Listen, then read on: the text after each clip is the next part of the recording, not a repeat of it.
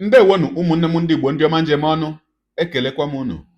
Ebe m si ewetara unu ozi a bụ n'ụlọ ozi ndị sim.si ha asịrị FM. Aka m abụkwa nwanne gị nwoke 042 Solex, onye akụkọ ụwa. Ihe onyonyo a ị na-ahụ n'iru ebe a bụ ozi nke anyị si na mba China wee nweta, bụ ihe onyonyo na-egosi ụmụ ikorobịa abụọ, mmadụ abụọ a ị na-ahụ iru ha ebe a, bụ ndị nke ụmụafọ Naijiria ndị bi na mba China mapụtara si na ha ga-eweriri ha wee gosi ihe ịma atụ wee nye ndị niile na-emebo aha ndị Naijiria na ya bụ mba China. Kedu ihe mere ebe ahụ?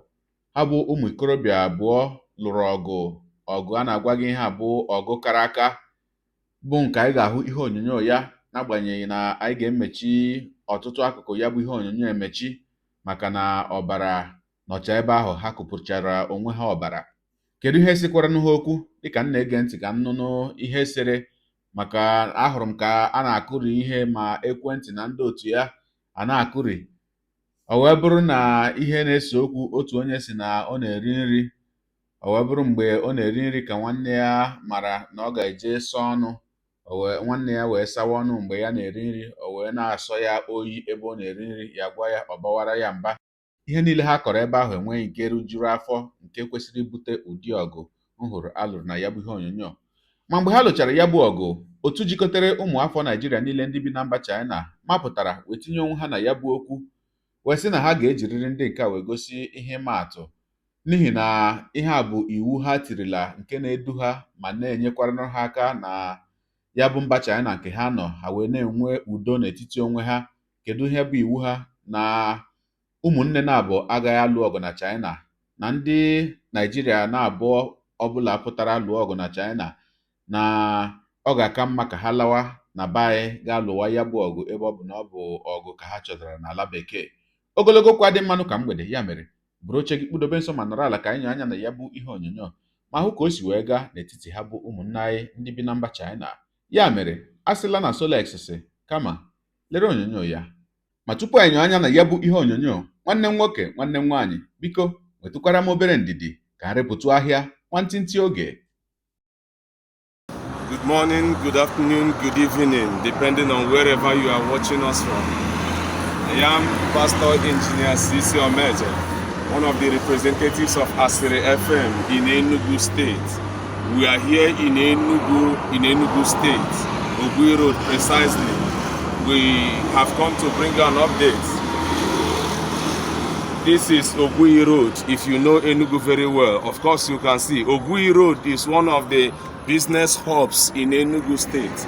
This is a wonderful property that is up for grab, 1,400 square meters. Just come out and let them be able to see the ends of the property. Of course, it's already fenced, except the front area of it. Not because it can be fenced, but it's suitable for plaza. It's suitable for other businesses. Ogui Road is a very busy area, a very busy road in Enugu State. In short, one of the major business hubs when it has to do with electronics and house equipment. Ogui Road is number one in Enugu. Hurry up and grab this property. It is up for grab. The sooner, the better for you. Thank you. In case it doesn't meet your demand or you need other properties in Enugu, feel free to contact Asiri FM through 042 Solex. We would always give you whatever you want. Your satisfaction is our priority. Just feel free to hit us. You are just a click away from us and you will be satisfied. God bless you. Thank you. Ọkụ ịhụla nke ahụ. Ngwanụ na nkenke oge ọzọ ka anyị nyewekwa anya na otu ihe onyonyo ọzọ bụkwa nke yiri nke a, mana nke ahụ enweela ihe arụrụ na ya. Nke a bụkwa ahịa ọzọ mara mma. We are in Enugu again, Ogui Road precisely, one of the major business hubs in Enugu State. We have come to show you a wonderful property that is up for grab again. This is uncompleted shops. That's office space actually, sitting on a plot and half of land that is up for grab.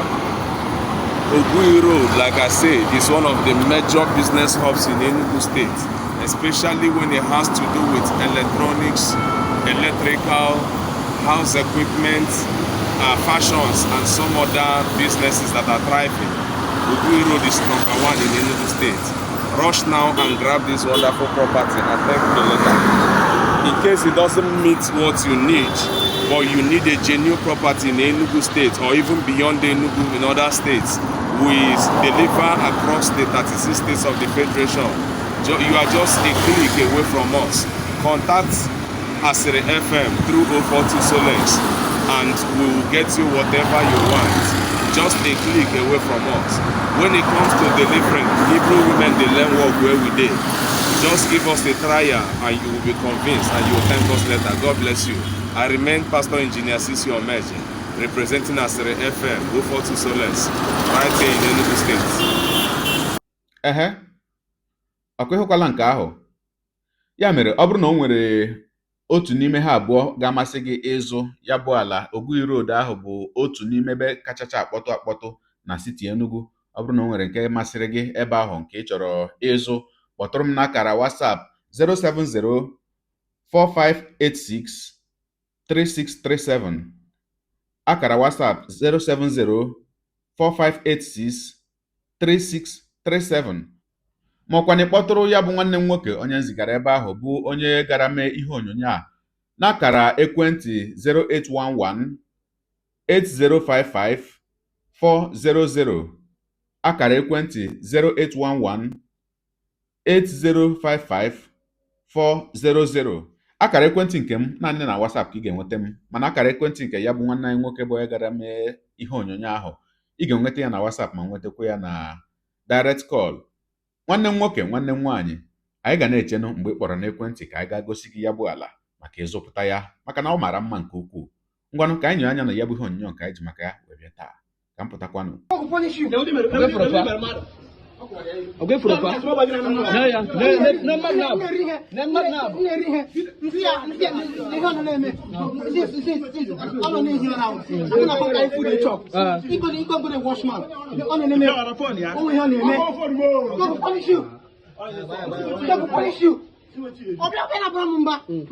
Guy, this way they do it, they irritate him and they chop. I beg.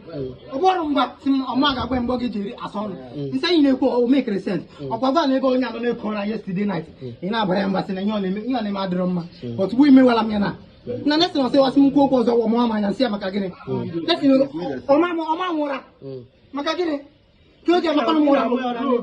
Koja mura. Koja mura na. Koja mura. O parece que o parece aqui.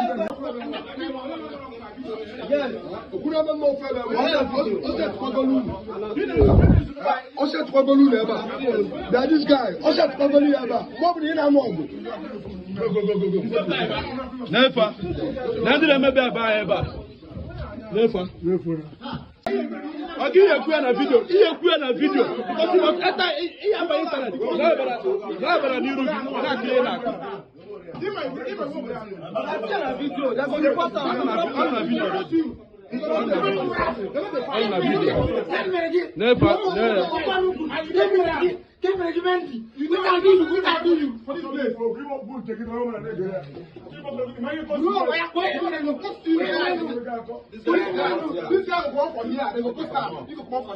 Look, it's something is big, bro. You don't say the fight for this country. He put the gem to be aga. Oko kuru na oneki metu bi aga. Akiri kari abi. Gay buzo, akoko buzo metu aga.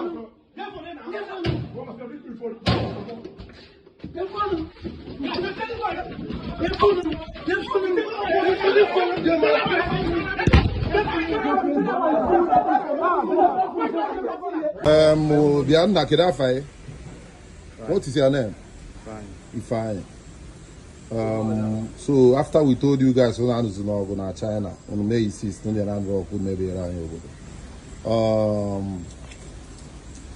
maybe one of the people in Rogo na Gotai now. Rogo no office na this hotel in Gotai. Onye Kiani I can on the run.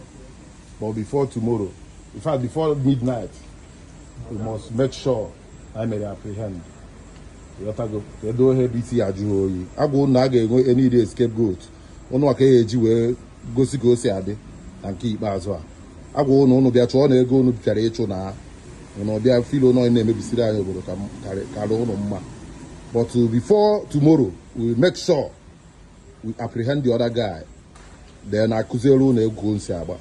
Marazie ma ọba anyị ka ọ ya ebunazi ya ma what. But I will go no. Any obuni no na anu don't fight in China. Stop anything bu ida iwu n'obodo. Ada na iwu obodo. Keep the law of the country. The way to go the other guy. Boro ni agbara te ebe a. Yes. So the way no iwu obodo a, ka unu wee nọta aka n'obodo a. But I ga-eji unu wee gosi example. Nigeria Union Peacekeepers no ebe a, ayo no here. We are here. Onyeka no ebe anụnwa. Yotago. Chidi Nwambara na ebe anụnwa. Yotago. Obosi and UC na agbarata. Ancha niile kpọ the other person abịa. So we are on it. Nke ikpeazụ a, if you do anyhow, na-eme gị n'ahụ ị na-afụ ozugbo. Bro. Samuel Kedu ihe bụ afa gị? Wepụ aka n'ala. Samuel Onyeka bụ afa gị. Okay. Unu nwa bụ ndị nụrụ ọgụ na this hotel go taa ya. Yes. They are bịakwuo no, bịakwuo. So upon ihe niile, what in niile echiri unu anụzi n'ọgụ n'obodo a, igbe insist n'ọgụ ka mma. Sorry, that should not work anyway. Agwụ unu dobe iru obodo. Onye ezu n'ori, onye mere ihe dị na cultism, onye anụ n'ọgụ. Unu efilo unu na-emebisiri anyị obodo a. Ọkụ ya, abịa ịgbawa ọsọ. No, they came in the first time, we couldn't meet you. Even mgbe nsị unu pụta ilo. Iche nọ ndị court. Ịmarọ ndị n'ọlụ. Ka ihe mee gị n'isi anụnwa. Ebe ị tara ya isi. Ọ bụrụ ka o si mee. Okay. Anụ m na ị na-anụ ọgụ steady. Anụ m na ugboro ole ka ị nụgo ọgụ sisi jibe obodo a. Kemgbe ibi obodo a. December last 2 years. Since then, how many times ka ị nụgo ọgụ? How many times ka ịgbago na scores ị nụ ọgụ n'obodo a? Ọkwa ị chọrọ ikwu eziokwu gị maka akọwara isi ọkwa iche ilu be anyị ọkwa ị na-anụ ya na ịnụgo ebe ị na-amakago oke emerụ gị ahụ n'ọnụ saịdị a kụwa gị isi dị ọda saịdị emerụ gị ahụ dị ọda saịdị kụwa gị isi dị ọda saịdị ma brọda ị ga-eri igbo na aka igwe iyi na-aghọtanwu onye ka m na-agwa gị na bọtụ unu afụgo the two guys dị involved na those fights. We promised you guys that I get with the back peace in over there. You got to go. I have to go her down here, and we will treat the market consequence or on the roller by that. But didn't be right over there. I will go home. I know no go. On you miss anything here, be over that. But I don't know over there. Or be over that. I go up there right now. And under feel you now. You do to a hard draw. Like I just bought a bar now. The peacekeepers is over. Ayo is here. Obosi na ebe anụnwa. Onyi na ebe a. Chidi Nwambara na ebe a. Atama na ebe a. All of us dey here complete. And they will take this case up from here. Then we will update you guys later. Daalụ nụ ndị ọma na-ege ntị fellow Nigerians. Ọkwa ikirichala ya bụ ihe onyonyo. Gị onye ụwa onye na-egere akụkọ ụwa m. Ịmarala nyocha esi eme ya. Deere anyị ebumnuche gị otu si hụ ya bụ ihe nke ikiriri ugbu a na ngalaba okwu ka anyị mara uche gị n'ihi na uche onye adịghị ya njọ. Daalụkwa gị onye na-eso eburu anyị esonye.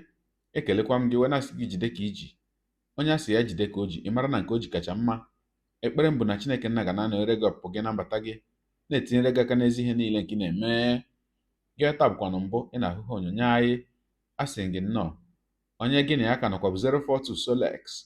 Onye akụkọ ụwa n'iru akwụkwọ efere mba ụwa. Ya mere ọ bụrụ na ka m mere dị gị mma n'obi nwanne biko ọ bụ na Facebook ọ na Instagram ka na-ahụ onyinye apịara m follow. Ọ bụ na YouTube ka ị na-ekiri ya bụ ihe onyinye pịara m subscribe ya na mgbịrịgba anya ya n'akụkụ ka ime ike na-enweta ihe onyinye ndị ọzọ m ga na-ewetara gị n'ọdịnihu. Igbo ndị ọma njem ọnụ, Igbo mụrụ nze mụ ọzọ, ekelekwa m unu. Ọ na-asị na ọ ga na-adịrị unu niile mma o. Ise ngwanụ tụsawara m ihe onyonyo a na-atụsara m ya bụ ihe onyonyo na-apịrị m aka na share button ya mara gị mma onye nke m. Udo dịrị unu.